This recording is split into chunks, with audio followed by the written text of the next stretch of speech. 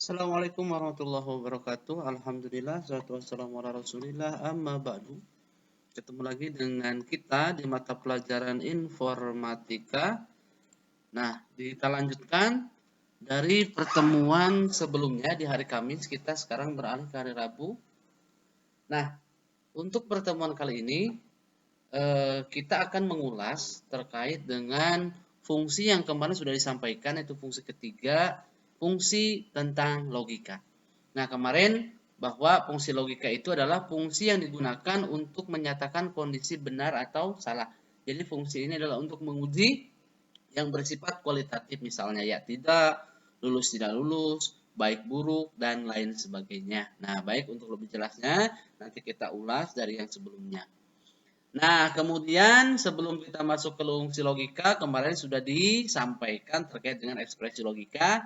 Ekspresi logika ini harus antum semua pahami dan ini sangat diperlukan dalam penggunaan fungsi logika, ya. Nah, pernyataan atau ekspresi logika ini dinyatakan oleh operator relasi atau operator pembandingan. Yaitu sama dengan, lebih besar, lebih kecil sama dengan, lebih besar sama dengan, dan juga tidak sama dengan. Nah, itu ekspresi logika. Kemudian kemarin ada fungsi if, kemudian juga ada fungsi and, dan juga ada fungsi or. Dan sebenarnya untuk fungsi logika ini sangat banyak, hanya saja saya sampaikan yang dasar saja, yaitu fungsi if, and, dan juga or. Baik, untuk fungsi logika if sendiri, nah fungsi if ini digunakan untuk menguji suatu syarat tertentu apakah syarat tersebut terpenuhi atau tidak, ya. Jadi kondisi benar atau salah atau sebaliknya. Nah, untuk bentuk dari ekspresi fungsi logika if sendiri adalah sama dengan if, logical test, kemudian value, if true, value if false. Nah, apa itu logical test? Nah, logical test ini adalah nilai atau syarat yang diujikan untuk menghasilkan nilai true atau false. Kemudian value if true ini adalah nilai yang akan dihasilkan apabila logika bernilai benar atau syarat terpenuhi, dan value if false adalah nilai yang akan dihasilkan apabila logikanya bernilai salah atau syaratnya tidak terpenuhi. Nah, contoh. Kita langsung ke contoh. Baik, kita langsung ke contoh. Contohnya seperti ini. Ya, kita hapus. Di sini ada penulisan rumusnya. Nah, ini kan gagal ya. Nah, gagal. Kemudian contoh 1, jika nilai siswa lebih dari 60, maka hasilnya lulus, dan jika nilai siswa sebaliknya atau kurang dari 60, maka hasilnya gagal. Maka untuk rumus yang tepat pengisiannya adalah sama dengan jika apa? Jika nilai siswa lebih dari 60, maka hasilnya lulus. If nilai siswa ada di kolom B36. If B36 apa? Lebih dari 60. Nah, berarti kita menggunakan ekspresi logika. Ekspresi logika itu sama dengan lebih besar, lebih kecil, tidak sama dengan, ya. Nah, ini berarti di sini dikarenakan ketentuannya jika nilai siswa lebih dari 60, berarti lebih dari menggunakan ekspresi seperti ini, lebih dari berapa? 60, maka nah ini tanda titik koma atau biasanya tergantung dari regional settingnya.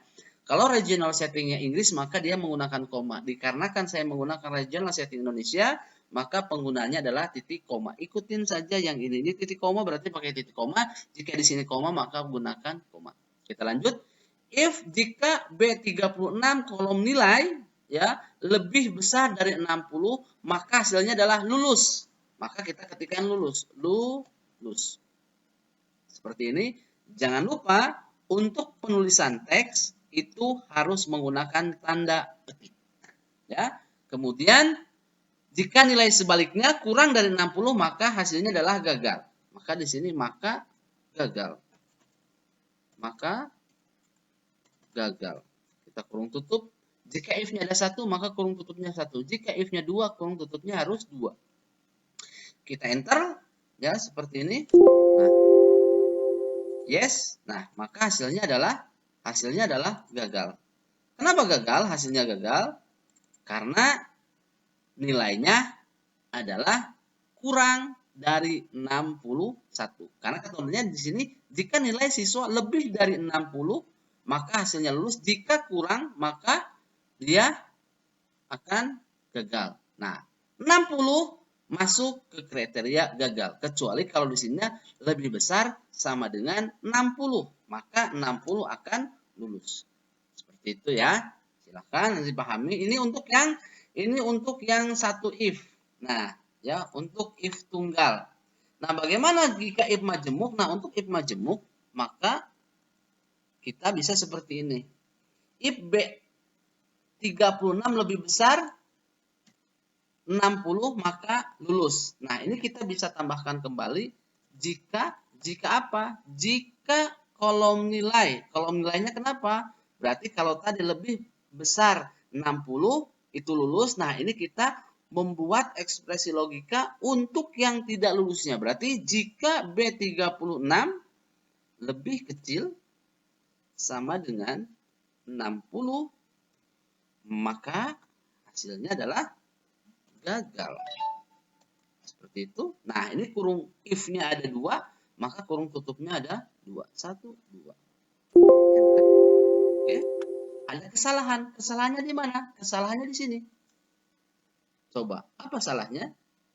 Ada yang bisa? Nah, salahnya adalah di sini tidak pakai tanda titik koma. Nah, seperti itu ya. Maka hasilnya gagal. Nah, itu ya. Makanya dalam penggunaan titik koma, tanda petik, nah itu bisa mengakibatkan error atau tidak bisa berfungsinya sebuah sebuah fungsi ya, sebuah program seperti itu. Ya, ini untuk 2 if. Nah, jika pilihannya hanya lulus dan tidak lulus, maka ini bisa dipersingkat seperti yang tadi. Ya, bisa dipersingkat, if-nya cukup 1, maka kemudian di sini tinggal gagal. Gagal. Seperti itu, tutup. Maka hasilnya gagal. Nah, untuk bawahnya tinggal kita tarik. Seperti itu ya. Mudah-mudahan bisa dipahami. Kita lanjut. Kita lanjut ke fungsi if dengan atau if majemuk ya, if dengan banyak pilihan. Baik, di sini perlu diperhatikan bahwa ketika kita akan mengerjakan fungsi logika, maka kita harus pahami terlebih dahulu ketentuannya. Ya, biasanya untuk mengisi fungsi logika adalah ketentuannya. Seperti contoh 3 ini. Di sini kita punya nama santri, nilai, keterangan, dan predikat. Kita akan mengisi kolom keterangan dan juga kolom predikat. Baik. Nah, untuk mengisi kolom keterangan diisi dengan ketentuan jika nilai kurang dari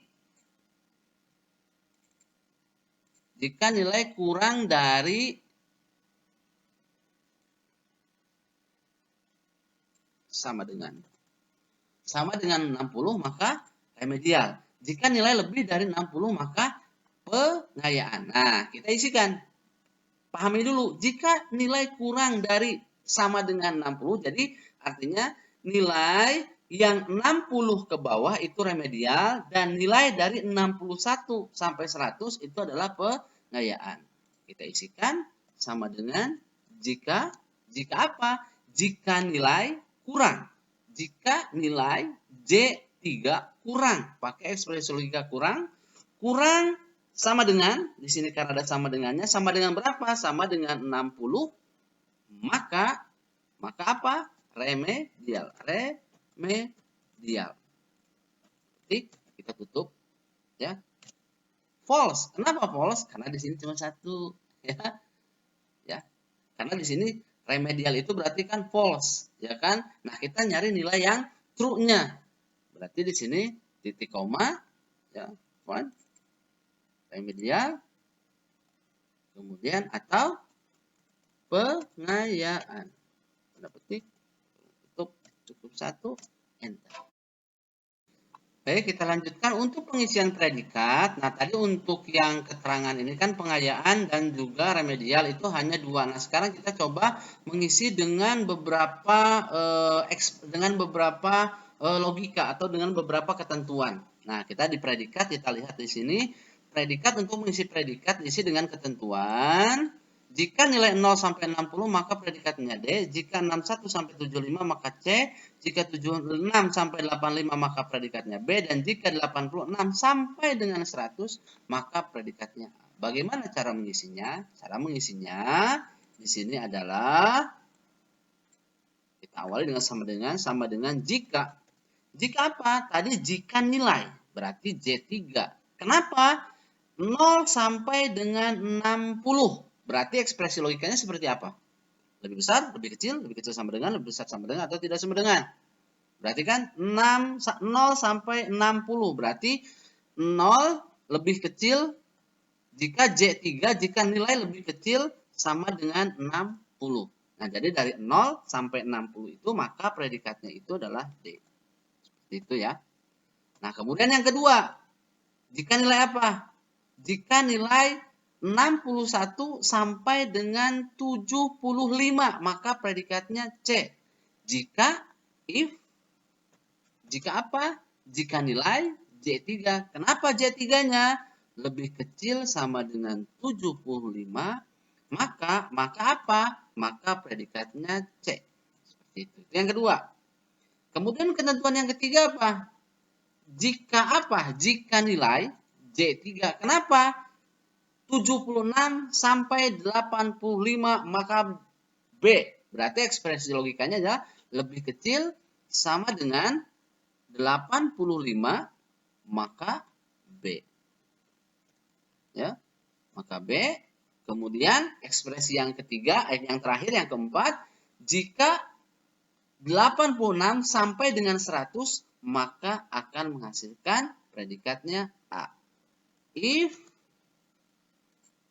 J3 lebih kecil sama dengan 100, maka predikatnya adalah A. Kurung bukanya ada 1, 2, 3, 4, berarti if-nya juga ada 4, berarti kurung tutupnya harus ada 4. 1, 2, 3, 4. Sampai dengan kurung tutupnya berwarna hitam. Kita enter, hasilnya adalah B, karena nilainya 80. Jika kita isi dengan 100, maka predikat ini akan otomatis berubah menjadi A. Jika kita rubah menjadi 60, maka predikatnya akan D. Dan keterangannya adalah remedial. Untuk ke bawahnya kita tinggal tarik saja. Ini pun tinggal tarik. Nah, itu adalah penggunaan fungsi if, ya, tunggal dan juga fungsi if majemuk. Nah, baik. Sekarang kita ke fungsi selanjutnya yaitu and dan or. Nah, ya, fungsi and dan or. Baik, sudah dijelaskan di sebelumnya bahwa fungsi and itu adalah digunakan untuk menghasilkan nilai true jika semua argumen bernilai benar dan menghasilkan nilai false jika ada satu atau lebih argumen yang bernilai salah. Jadi intinya fungsi and ini adalah untuk membandingkan, ya, untuk membandingkan dua ekspresi logika. Jadi untuk fungsi and tidak bisa satu fungsi logika, tapi harus ada pembanding. Contoh, sama dengan n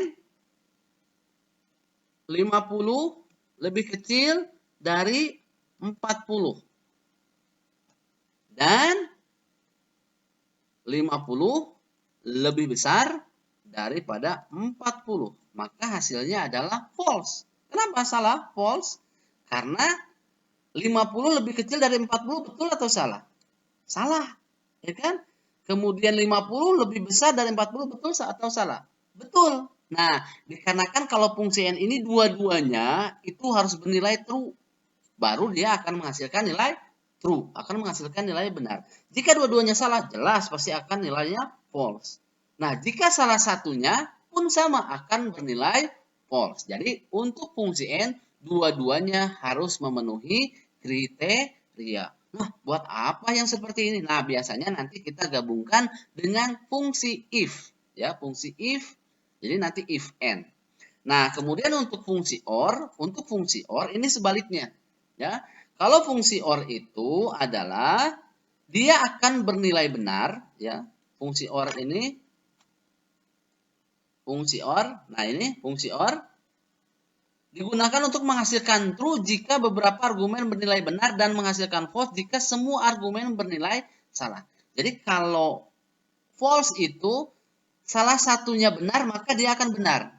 Ya, dua-duanya benar pasti benar. Jika salah satunya salah akan benar. Dua-duanya salah ya pasti salah. Contoh sama dengan OR 50 lebih kecil dari 40. Betul salah? Salah. Karena 50 lebih besar daripada 40. Kemudian ekspresi logika yang kedua, 40 lebih kecil dari 50. Betul atau salah? Betul. Tapi ketika kita enter menghasilkan nilai true. Kenapa menghasilkan nilai benar? Karena salah satu syaratnya terpenuhi, gitu kan? Jadi kalau untuk fungsi OR tidak dua-duanya benar. Jadi kalau dua-duanya benar, kalau dua-duanya betul, maka betul. Jika salah satunya betul, maka betul. Jika semuanya salah, maka akan menghasilkan salah.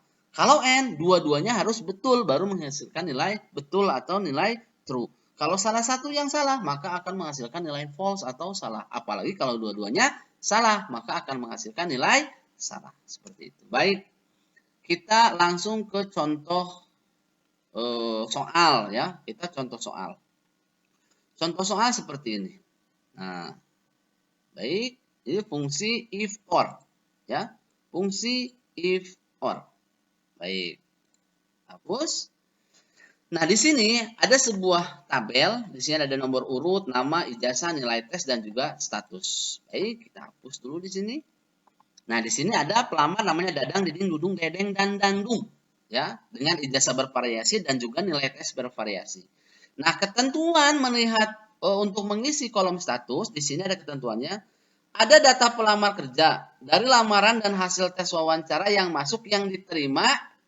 Hanya saja yang akan diterima itu yang memiliki nilai ijazah S1 atau yang wawancaranya di atas 80.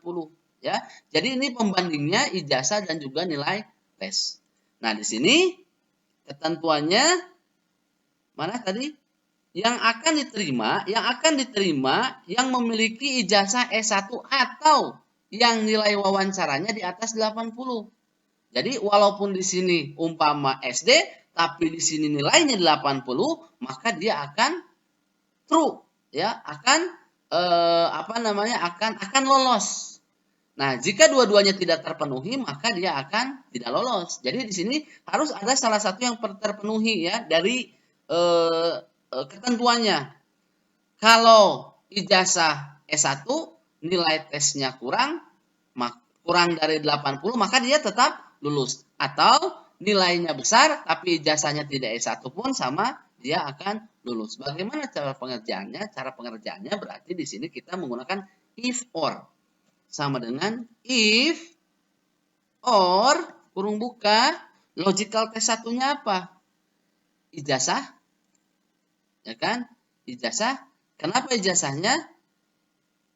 Jika atau nilai ijazah sama dengan, ekspresi logiknya sama dengan apa? Sama dengan S1 atau nilai tes. Nilai tesnya kenapa? Di atas 80. Berarti di atas 80 lebih besar 80. Kurung tutup. Maka apa? Maka lulus. Ya, maka lulus. Kan? Atau gagal.